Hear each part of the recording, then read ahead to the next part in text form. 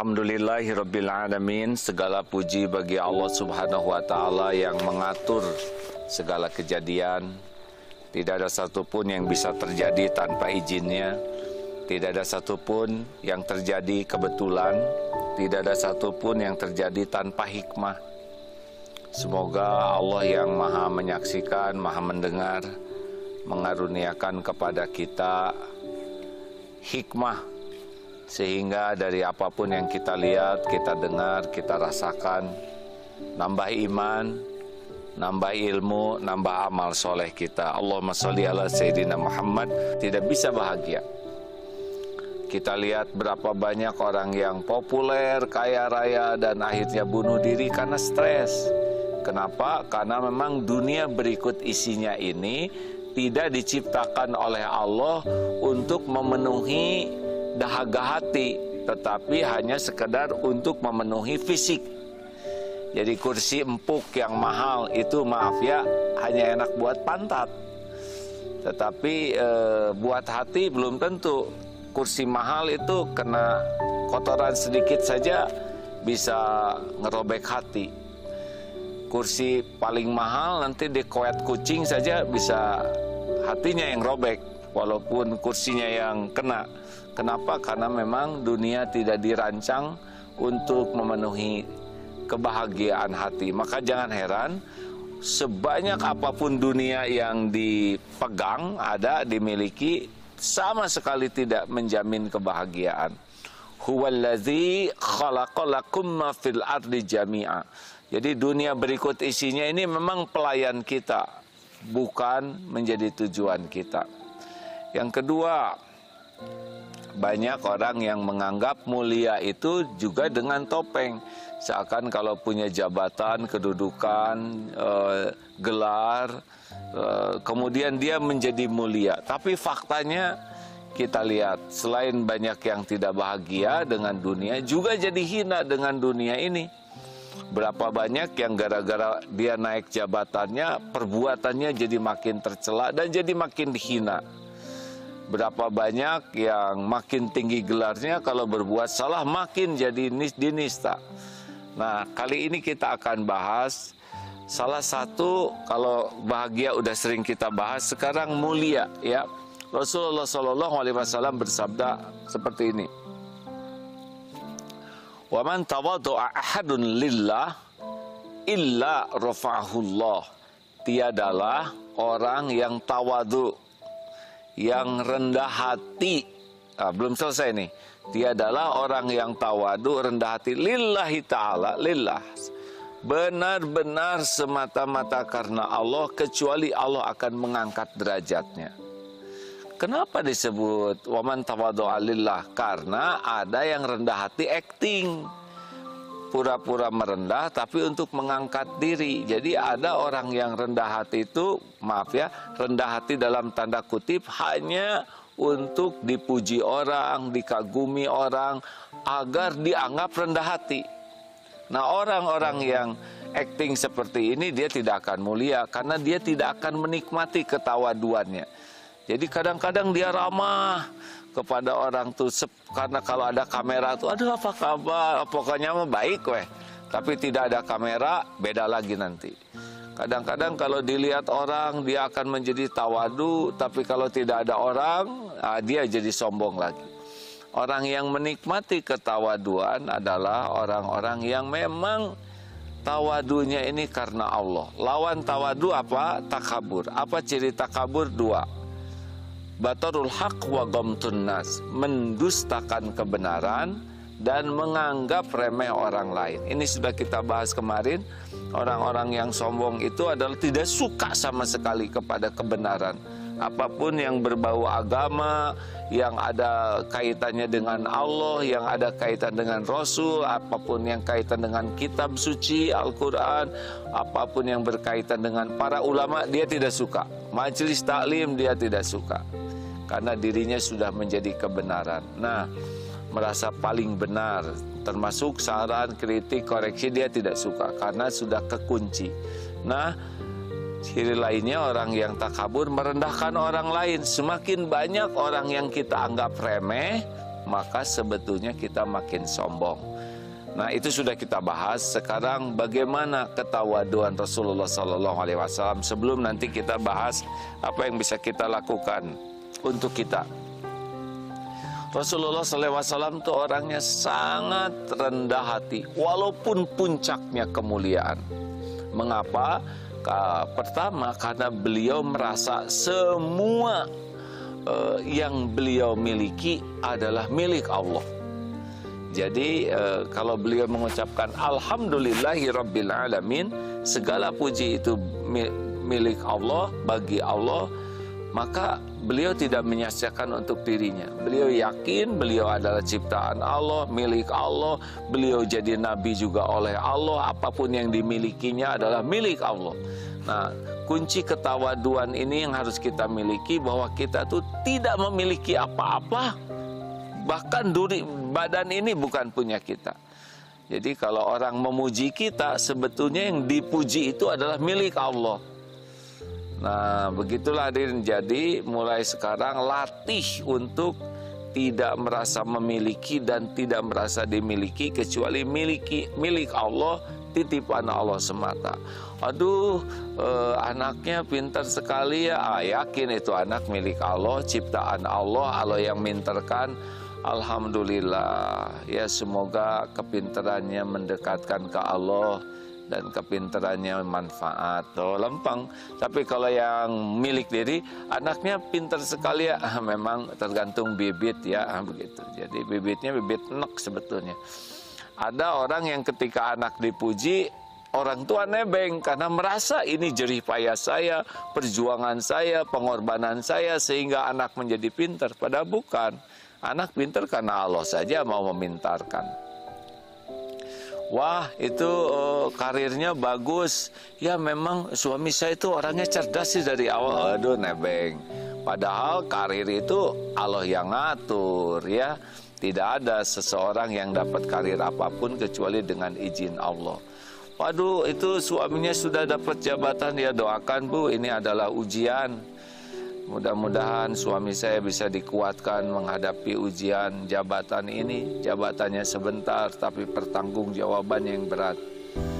Ya, ini ujian berat bagi keluarga kami. Tuh, begitu. Insya Allah itu akan membuat orang lebih terkendali hatinya.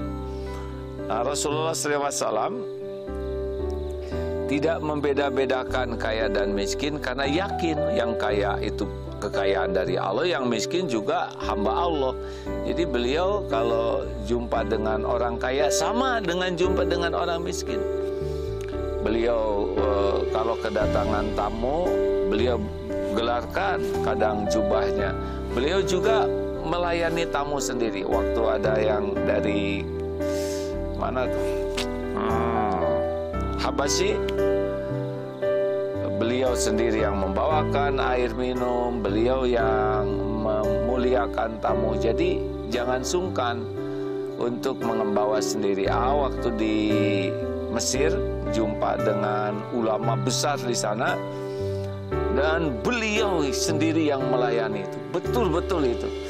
Ke dapur dulu, membawa bakinya, bawa teh, dikucurkan, dipersilahkan, masuk lagi ke dapur, membawa makanan kecil, dan semuanya dilayani oleh beliau. Usianya pada sudah 75 tahun lebih. Nah, memang tradisi memuliakan tamu dengan tangan sendiri ini adalah contoh ketawaduan Rasulullah SAW. Ya, tidak selamanya sih harus begitu kalau memang tidak memungkinkan, tetapi kalau memungkinkan bagus sekali. Kemudian Rasulullah SAW tidak sungkan bergaul dengan yang duafa, itu sama sekali tidak sungkan. Bahkan beliau pernah ada seorang hamba sahaya yang kulit hitam, ditutup matanya dari belakang oleh Nabi. "Hei, siapa nih?" kata dia. Tidak tahu yang nutupnya Nabi. Lepasin.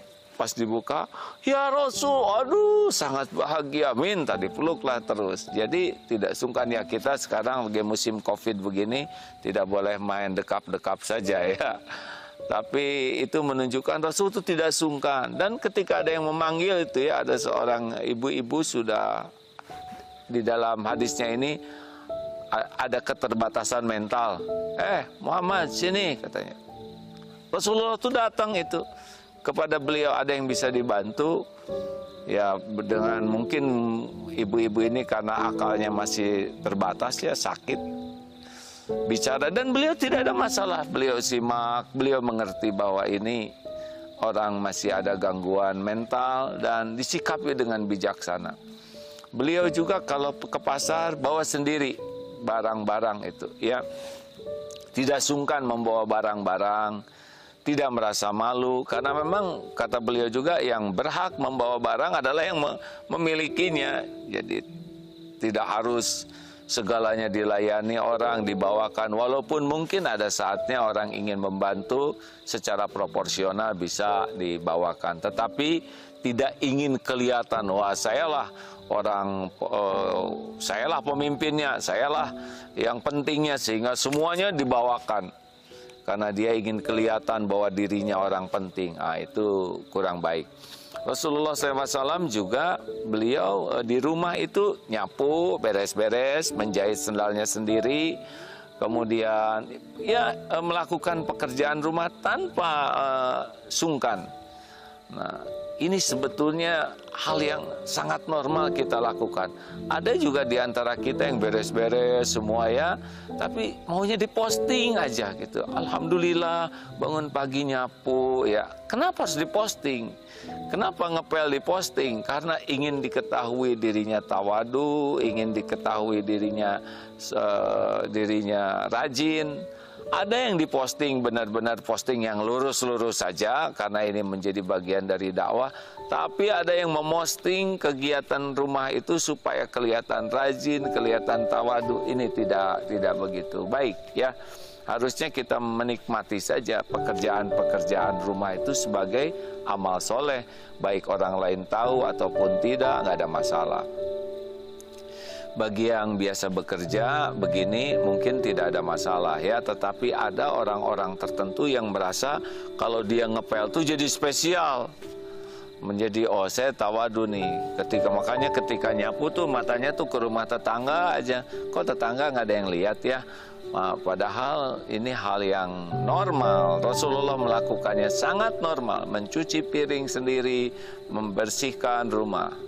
Ada lagi hal yang dilakukan Rasulullah. Kalau jalan tidak mau Rasul tuh diiring-iring oleh orang.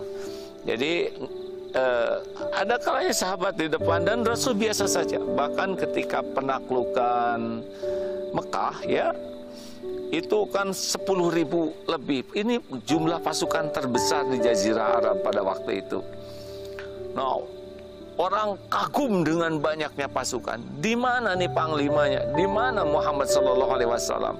Sampai Abu Sufyan yang mengetahui adanya kafilah itu mencari-cari. Di mana coba? Ternyata Rasulullah tidak ada di paling depan, dengan kuda paling bagus, dengan pengawalan paling ketat, dengan perlengkapan paling hebat. Tidak. Ternyata Rasulullah itu ada di dalam barisan itu menggunakan keledai, begal, dan beliau itu pelananya juga pelana hanya dari biasa saja, bukan pelana, dan menunduk sampai keningnya itu hampir menyentuh punduk keledai. Itu panglima terhebat, presiden atau disebut pemimpin tertinggi, juga Rasulullah SAW. Ternyata biasa-biasa saja. Beliau naik keledai, begal, kemudian menunduk sepanjang jalan tuh hatinya merunduk. Padahal itu pasukan terbesar yang pertama kali ada di Jazirah Arab ketika penaklukan Mekah. Begitulah beliau tawadunya, dan kalau beliau minum, beliau menawarkan yang lain terlebih dahulu. Beliau tidak sungkan berbagi makanan. Bahkan suatu saat sedang ada seperti ini nih, ayo kita motong kambing, kata sahabat. Rasul kan duduknya sama dengan sahabat. Ya kalau sahabatnya bicara sesuatu yang mengesankan, beliau menyimak. Dan menyimaknya tuh asli gitu ya. Kalau ceritanya sedih, beliau empati.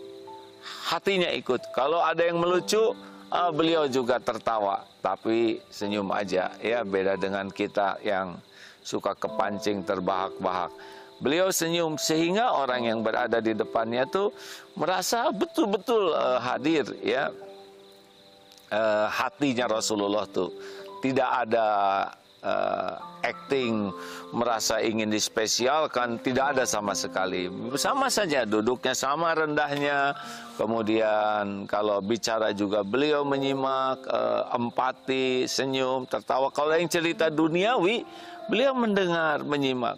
Tapi beliau tidak banyak komentar, tidak banyak bicara, tapi juga tidak membuat orang sungkan untuk menyampaikan sesuatu. Ini karena ketawaduan, hadirin. Nah, lalu sedang mau nyembelih, ayo saya bagian nyembelih, kata seorang sahabat. Saya yang menguliti. Ya, beliau menyimak saja. Saya yang masak. Kalau kita ngomongnya apa coba kita kira-kira? Saya yang makan, ya kan? Tapi Rasulullah SAW, saya yang nyari kayu bakar. Oh jangan Rasul, yang nggak apa-apa. Rasul pergi nyari kayu bakar. Masya Allah. Nah hadirin sekalian, ini secuplik kecil saja tentang ketawaduan. Nah kenapa Rasul begini? Ya karena tidak ada ujubnya. Kita susah melakukan hal seperti ini karena ujub, merasa penting, merasa spesial, merasa paling saya paling berjasa, saya jabatannya paling tinggi, saya paling senior, saya orang yang paling banyak berjuang, saya paling banyak berkorban. Nah, beliau tidak ada rasa seperti itu. Nah, membuat kita jadi somse itu karena merasa diri. Saya kan atasan, saya pimpinan di sini. Saya adalah orang yang paling senior. Saya yang berpengalaman. Saya yang merintis ini. Saya yang berjuang. Saya. Makanya di dalam ilmu komunikasi itu, kalau orang sudah saya, dikit-dikit saya, itu udah sulit untuk tawadu. Dan tawadunya bisa acting.